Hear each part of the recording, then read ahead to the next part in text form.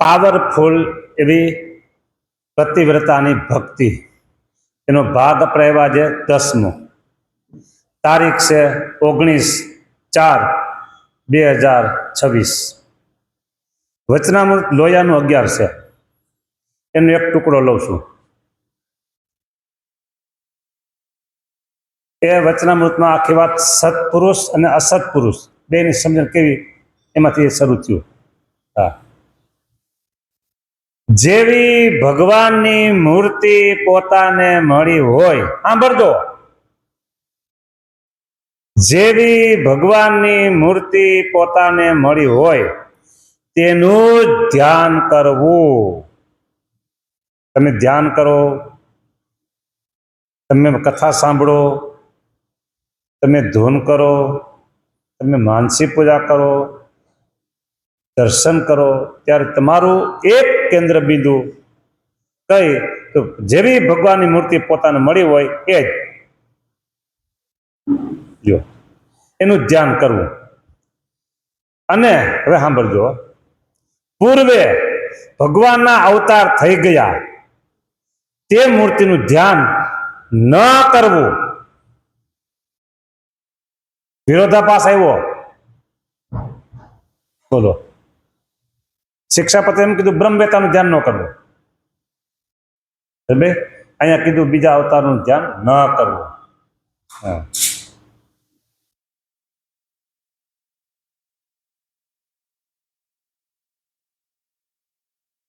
અને હવે સાંભળજો, હજી શું કામ કીધું? અને પોતાને ભગવાનની મૂર્તિ મળી હોય તેને વિશે જ, પાછો જ આવ્યો, તેને વિશે જ પતિવ્રતાની પેઠે ટેક રાખવી. કેની પેઠે? તો કીધું પતિવ્રતાની પેઠે ટેક રાખવી. પોતાને જે મૂર્તિ મળી હોય ને. બોલો, આ કથા જે સાંભળે છે અને આ વિડીયામાં જે સાંભળશે એને બધાને કઈ મૂર્તિ મળી છે? ધર્મદેવ અને ભક્તિ માતા થકી છપૈયાપુરમાં જે સ્વરૂપ પ્રગટ થયું એ સ્વામિનારાયણ ભગવાન, એ મૂર્તિ બધાને મળી છે. તો એને એક ધ્યાન કરાય. બરાબર? હવે વચનામૃતમાં તો કીધું છે રાધિકા સહિત એવા જે શ્રી કૃષ્ણ ભગવાન તેનું ધ્યાન કરવું. ના, અહીંયા આમ કીધું, વિરોધાભાસ આવ્યો. તો આ બે વચન છે, એમાં તમને કયું વચન તમારી સમજણને તમારી ભક્તિને પુષ્ટ કરે છે? આ વચનામૃત એ કહેવાય. બરાબર? બીજું જો સાંભળજો, હવે આના અનુસંધાને ભગવાને 6 મંદિર સ્વસ્થ પ્રતિષ્ઠા કરી. બરાબર? વડતાલ મંદિરમાં ધ્યાન ઉપાસના માટે પોતાનું સ્વરૂપ સ્થાપન કર્યું. ધ્યાન ઉપાસના માટે પોતાનું સ્વરૂપ સ્થાપન કર્યું.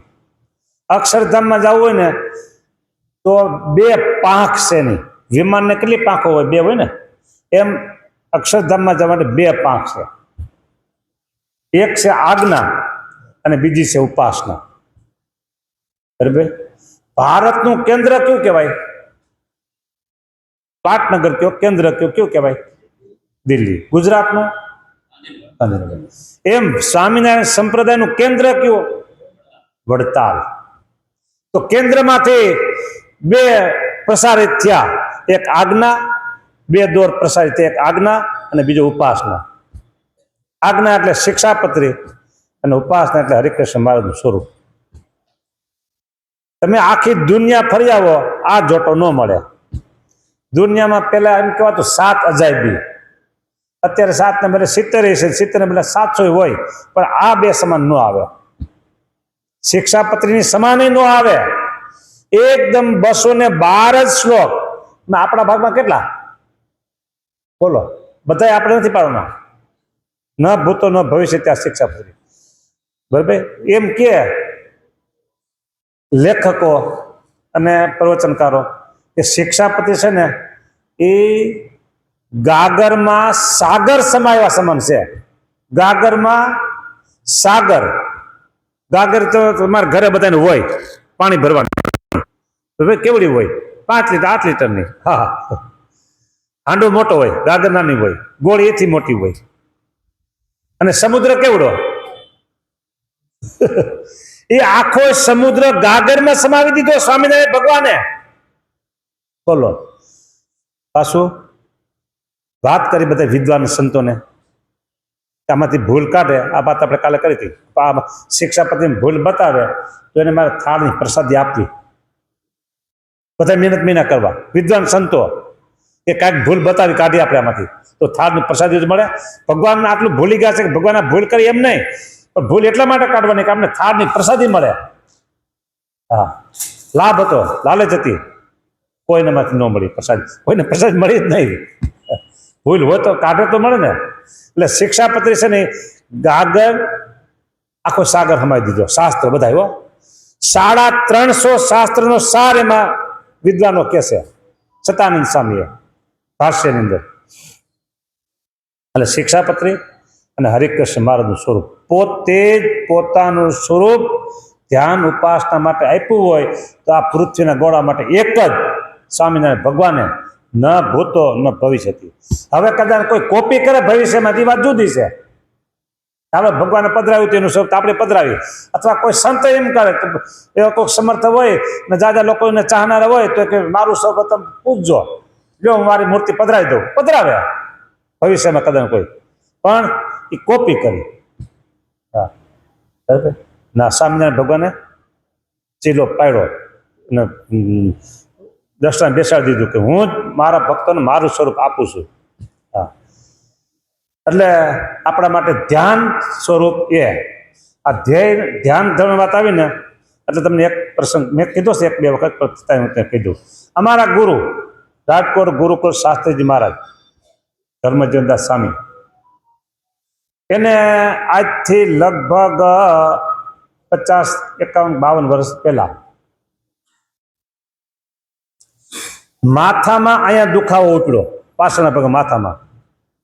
રાજકોટના અને અમદાવાદના ઘણા બધા ડોક્ટરોની સલાહ લીધી, નિદાન કર્યું, દુખાવો પકડાનો નહીં. સારા ડોક્ટરે સલાહ આપી કે તમે જસલોક હોસ્પિટલ બોમ્બે, અને ત્યાંના ડોક્ટર નામ દીધું ભૂલી ગયો. હા, એને નિદાન કરાવો.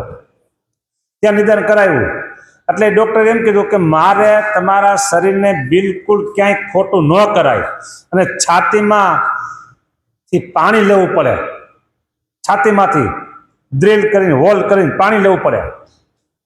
અને આવા પ્રયોગ અમે કરીશી ત્યારે દર્દીને બરાબર પલંગ હારે બાંધી દઈ અને 2 પગે 2 માણસો, 2 હાથે 4-5 માણસો દબાવે, અને અમારી આ 3 માળની હોસ્પિટલ છે કે હોસ્પિટલ ગાજતી હોય એટલી બકા ચીસો પાડે કે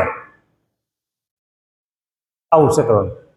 સ્વામી એમ જ કીધું કે તમે મને બાંધતા નહીં. સાંભળજો, હવે મુદ્દો હવે મારે કહો છે, તમે મને બાંધતા નહીં, તમે કોઈ મને દબાવતા નહીં, પણ એટલું કરજો કે આ હું જે સૂતો છું જે પલંગ ઉપર, આજુબાજુમાં કોઈ નર્સ એટલે કે લેડીઝ સ્ત્રી એ કોઈ ન આવે, આટલું તમે કરજો. બાકી તમારે જે કરવો એ પ્રયોગ એ કરજો કે. અને સૂઈ ગયા. અને વડતાલ હરિકૃષ્ણ મહારાજની મૂર્તિનું ધ્યાન કર્યું તો એ ધ્યાનમાં ડૂબી ગયા. ના, દેહ ભાવ ભૂલાઈ ગયો, દેહ ભાવ ભૂલાઈ ગયો અને મૂર્તિમાં ડૂબી ગયા. બધું પ્રયોગ થઈ ગયો. અને પછી એટલે તું દવા આપી હોય ને ખોટું કરવાની, તો એને ખબર પડે કે આટલી કલાકે પછી જાગશે. તો આમાં કેમ જગવા? પૂરું થઈ ગયું બધું. સ્વામી તો ધ્યાનમાં.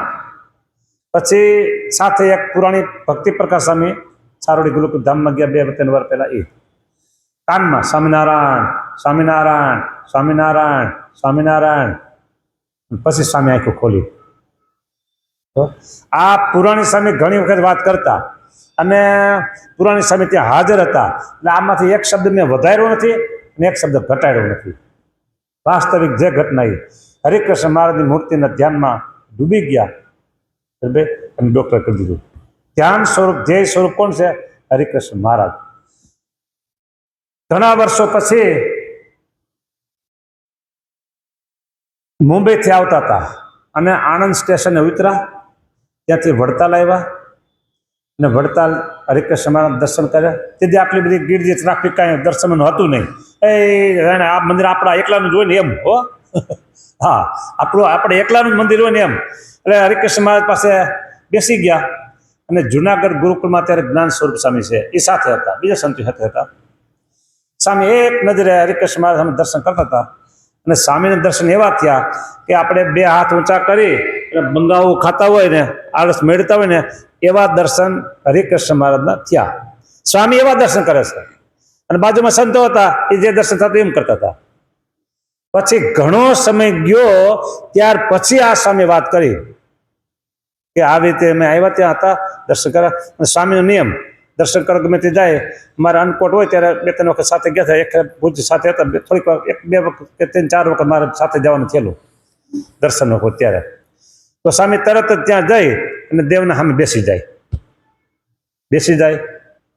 તો આપણે હોય તો માળા ફેરવીએ, કોઈ કીર્તન બોલે, કોઈ જન્મંગળના પાઠ કરે સામે બેસીને. પણ સ્વામી એક નજરે, મેં આ ક્યાં જોયું, એક જુનાગઢ, એક ગોંડલ અને એક ભુજ, 3 જગ્યાએ જોયું. હા, સીધા અહીંયા બેસી જાય, એક નજર મહારાજ મૂર્તિ સામે. હા, તો આપણા માટે ધ્યાન કરવા યોગ્ય વડતાલમાં હરિકૃષ્ણ મહારાજ એટલે કે ધર્મદેવ ભક્તિ માતાના પુત્ર એવા સ્વામિનારાયણ ભગવાન એક અને એક ને માત્ર એક આપણે માટે ધ્યાન કરવા યોગ્ય છે. જેવી મૂર્તિ ભગવાનની પોતાને મળી હોય તેનું જ ધ્યાન કરવું અને પૂર્વે ભગવાનના અવતાર થઈ ગયા તે મૂર્તિનું ધ્યાન ન કરવું. અને પોતાને ભગવાનની મૂર્તિ મળી હોય તેને વિશે જ પતિવ્રતાની પેઠે ટેક રાખવી. જો હા, આપણે આ કથા એ જ હાલે છે કે પાવરફુલ પતિવ્રતાની ભક્તિ તો ખરા, પણ પાવરફુલ ભક્તિ એવી. હવે અહીં દ્રષ્ટાંત દે છે મહારાજ, જેમ પાર્વતીએ કહ્યું છે કોટી જન્મ લગ રગડ હમારી વરુ શંભુ કે રહુ કુમારી. બોલો, એવી રીતે પતિવ્રતાની ટેક તે પણ ભગવાનનું રૂપ અને અન્ય જીવનું રૂપ તે બેને વિશે અવ્યક્તિ પુરુષને સંભાવ થાય. આ વાત આપણી પૂરી થઈ ગઈ. જેમ પાર્વતીજીએ આ ટેક રાખી બરાબર, એવી ટેક આપણી ભગવાન સ્વામિનારાયણ પ્રત્યે હોવી જોઈએ. અહીંયા આ વચનામૃત પૂરું થાય છે. બીજું વચનામૃત છે મધ્ય પ્રકરણનું 19મું. આપણે એક લીધું હતું પણ છતાંય અત્યારે આના અનુસંધાને ફરીવાર થોડુંક લઉં છું.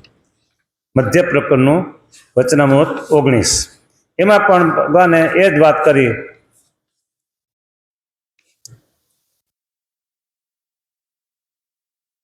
કે ભગવાન વિના બીજા દેવની ઉપાસના ન કરવી.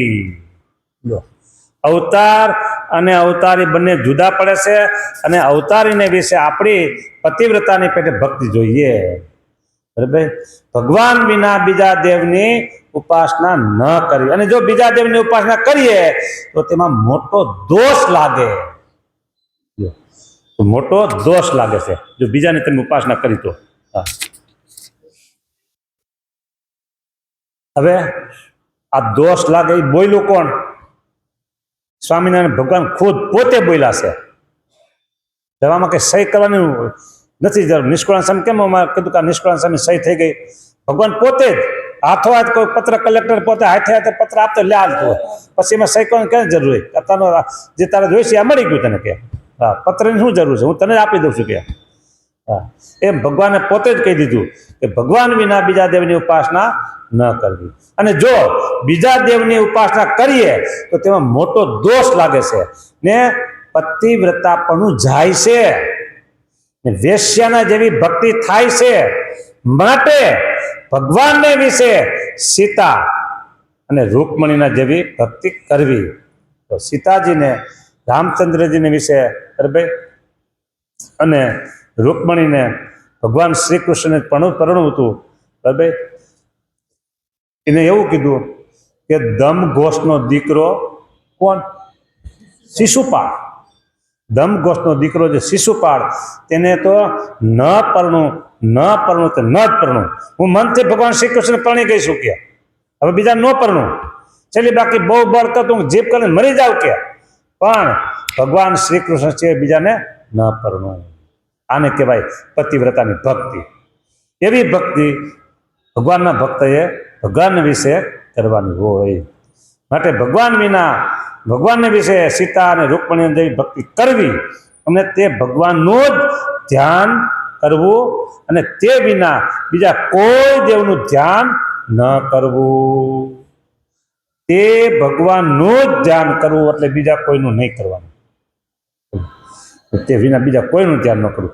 આવી રીતે સ્વામિનારાયણ ભગવાન વચનામૃતમાં જ્યાં જ્યાં બોલ્યા પતિવ્રતાની ભક્તિ હોય કે એક જ અવતાર અને અવતારી બંને અલગ છે, એ વાત જે બધી છે ને એ ભગવાન સ્વામિનારાયણના જે અનન્ય ભક્ત માટે, અનન્ય ભક્ત જે છે એને માટે આ પોષણ કરનારી વાત છે, એને સમજણને પુષ્ટ કરનારી વાત છે. અને સત્સંગનો જે મારે કીધું ને પુષ્ટિ કેને થાય સંપ્રદાયના ગ્રંથ થકી, તો સત્સંગી જે છે એ સ્વામિનારાયણ ભગવાનના ભક્તો છે. તો સ્વામિનારાયણ ભગવાનની વાત આવે એનાથી જ એના જીવનને પુષ્ટિ થાય છે, એના જીવનને સત્સંગની પુષ્ટિ થાય છે અને જીવન આગળ વધારવા માટે એ સહાયરૂપ બને છે. જય સ્વામિનારાયણ. સ્વામિનારાયણ ભગવાનની જય. શ્રીપતિ શ્રી